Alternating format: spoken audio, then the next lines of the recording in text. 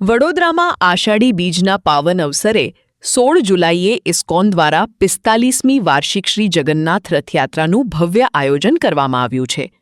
બપોરે 2:30 વાગે વડોદરા રેલવે સ્ટેશનથી શરૂ થનારી આ રથયાત્રામાં લાખો શ્રદ્ધાળુઓ જોડાય તેવી સંભાવના છે. આ વર્ષની રથયાત્રાનું મુખ્ય આકર્ષણ રહેશે 45 ટન શીરો મહાપ્રસાદનું વિતરણ.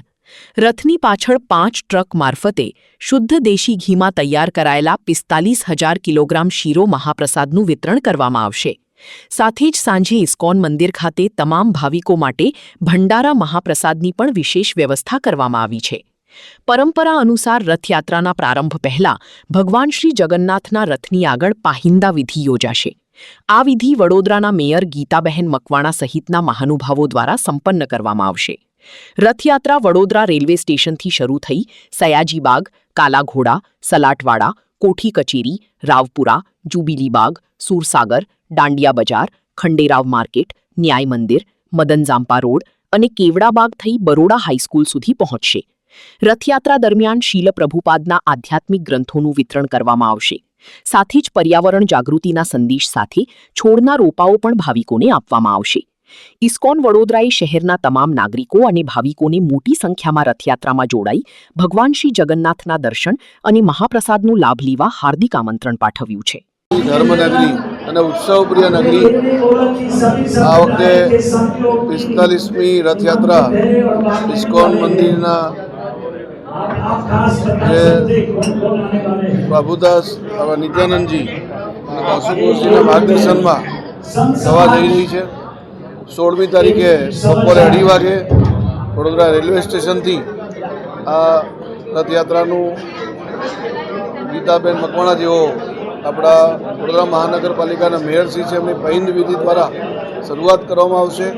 ત્યારબાદ જેનો પરંપરાગત રૂટ છે એ રૂટ ઉપર આખી રથયાત્રા આવવાની છે. ભગવાન જગન્નાથજી જ્યારે નગરચર્યા ઉપર આપણા સ્થાન પર પધારવાના છે ત્યારે સૌ ભાવિક ભક્તોને વિનંતી છે કે આપણે શાંતિથી અને સૌહાર્દપૂર્ણ વાતાવરણમાં ભગવાનના દર્શન કરીએ, ભગવાનના દર્શનનો લાભ લઈએ. પ્રસાદની પણ વ્યવસ્થા ઇસ્કોન મંદિર તરફથી રાખવામાં આવી છે. 45,000 દેશી ઘીમાંથી બનેલો શીરો પ્રસાદમાં રહેવાનો છે. સૌ ભાવિક ભક્તો દર્શન અને પ્રસાદનો લાભ લે, શાંતિપૂર્ણ રીતે લે એ હું સૌને અપીલ કરું છું.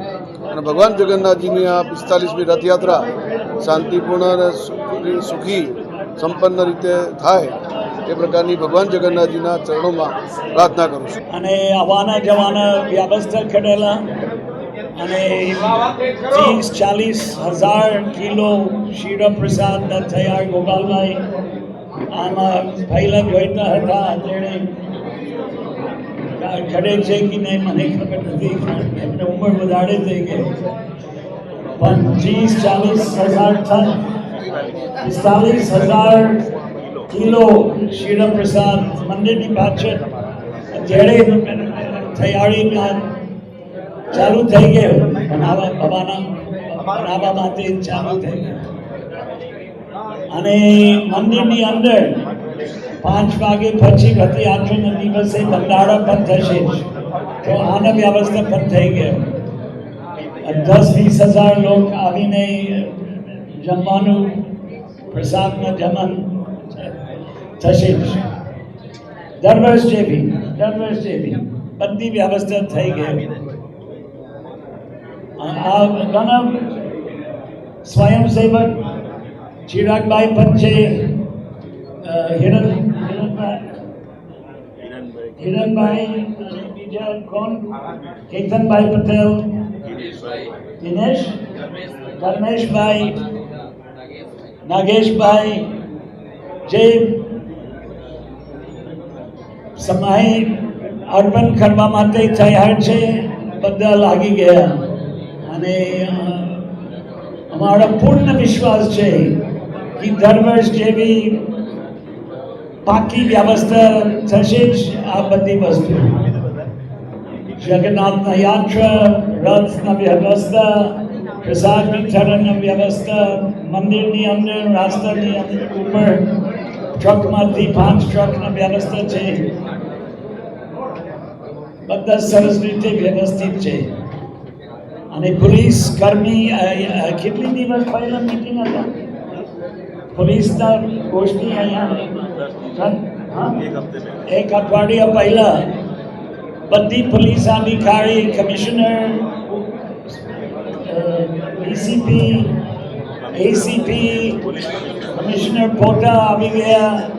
લગભગ 41 અધિકારી ઇન્સ્પેક્ટર બધા ભેગા થાય છે મંદિરમાં આના સુરક્ષા વ્યવસ્થાને માટે ચર્ચા કરે છે. અમારા જે સહયોગી છે આમાં તો બધી દૃષ્ટિએ વ્યવસ્થિત છે રથયાત્રાના પ્રબંધ.